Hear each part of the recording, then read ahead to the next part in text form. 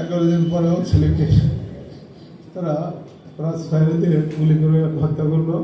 নির্যাতন করে আমার সঙ্গে হত্যা করেছে। তার অল্প বয়স, তার মাত্র 17 বছর 7 মাস বয়স ছিল সোহানের। সেই সময় তো আর সহযোগিতা করার মতন হয়তো ছিল, কিন্তু তারপর কেউ আগে আসতে পারেনি। আসার জন্য আমি তাকে, আল্লাহর হুকুম হচ্ছে সেভাবে সে চলে গেছে। তারপর আমি এমপি সাহেবের কাছে গেছিলাম।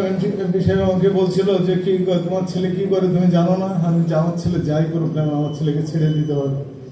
সে বললো যে একবার যদি ধরে আবার কেউ ছাড়ে, এ কথা বলেই আমাকে ওখান থেকে দূর দূর করে তাড়াই দিল। আমি অনেক লোক নিয়ে গেছিলাম, প্রায় 300-400 মতো লোক নিয়ে গেছিলাম সেখানে।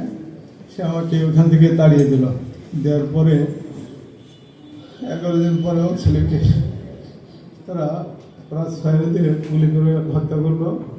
ওই দিন সকালে আমি খবর পেলাম। খবর পেলে আমার ভাইয়া, আমার আত্মীয়-স্বজন দিয়ে অনেক লোকে যে নিয়ে আসলো। নিয়ে আসার পরে আর কি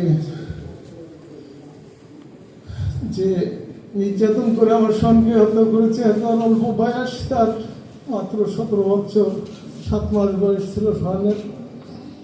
মাত্র 17 বছর 7 মাস বয়স ছিল সোহানের। সেই সোহানকে হত্যা করেছে। সে দেখতে শুনতে আমার চেয়ে উঁচা লম্বা ছিল। মোটামুটি তার সাহস ছিল যে দেশের জন্য, ইসলামের জন্য সে কিছু করবে। সে এগুলো বলতো। সেই জন্য তার উপরে অনেক টার্গেট, যে সে যদি আমাদের এখানে থাকে, কালীগঞ্জ যদি থাকে, আমাদের আমলিগের শিকড় উপায় হলে, এই অবস্থায় সে বলতো। আমলিগের এমপি বলতো যে আমাদের শিকড় উপায় হলাবে, তাকে এখান থেকে সরাই দাও। যাক, আল্লাহ নির্যাতনের এই কোনোদিনও সহ্য করে না। সেই আনার এমপি কোথায় ইন্ডিয়া নিয়ে গেল, তাকে কত টুকরা করলো, কি কি না করলো, তার সন্ধান আজ পর্যন্ত আল্লাহ কাউকে জানতে দেয় নাই, কেউ জানেও না। তাকে একটা নিরুদ্দেশ করে ফেলালো। তারপরে যে তার সহযোগী করছে, তাকেও তার আপন কুটুম, আপন শ্বশুরে মিলে উপায়ে তাকেও কুকুরের মতন মেরে ফেলা হয়েছে। নির্যাতন আল্লাহ কখনো সহ্য করে না। আমরা তো নিষ্পাপ শিশু, তাদেরকে মানুষ করছিলাম একরকম, তাদের উপরে এখন আমাদের ভর ছিল, কিন্তু সেই তারা হতে দেয় নাই। আল্লাহর কাছে এই করি যে আল্লাহ দুনিয়ার উপরে যে কিছুটা বিচার আমি দেখেছি আল্লাহর কাছ থেকে, যে আল্লাহ সেই বিচারের কিছুটা করেছে। সে আমি অনেক শুকরিয়া করি আল্লাহর কাছে যে আল্লাহ, যে সোহান তো নির্দোষ ছিল, এখন নিষ্পাপ, মাত্র 17 বছর 6 মাস 7 মাস বয়স ছিল তার। সেই সময় তাকে তুলে নিয়ে হত্যা করা হলো।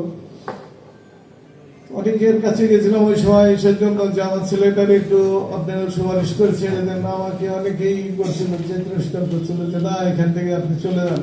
আমাকে খেদাই করে দিচ্ছিল। আমি সেখান থেকে চলে এসে আল্লাহর কাছে করছিলাম, আল্লাহ তুমি ছাড়া তো আর কেউ নাই, তোমার উপরে সব কিছু। 11 দিন পরে 10 দিন না 11 দিন পরে আমার সনকে আমি ক্লাসের সেই পালামাকে অনেক দূর এক মাঠে, প্রায় আমার বাড়ি থেকে 20-25 কিলোমিটার দূর, সেখান থেকে নিয়ে আসলাম।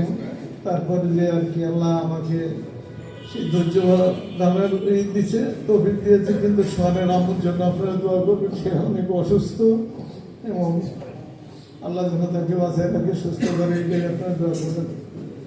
আসসালামু আলাইকুম ওয়া রাহমাতুল্লাহ।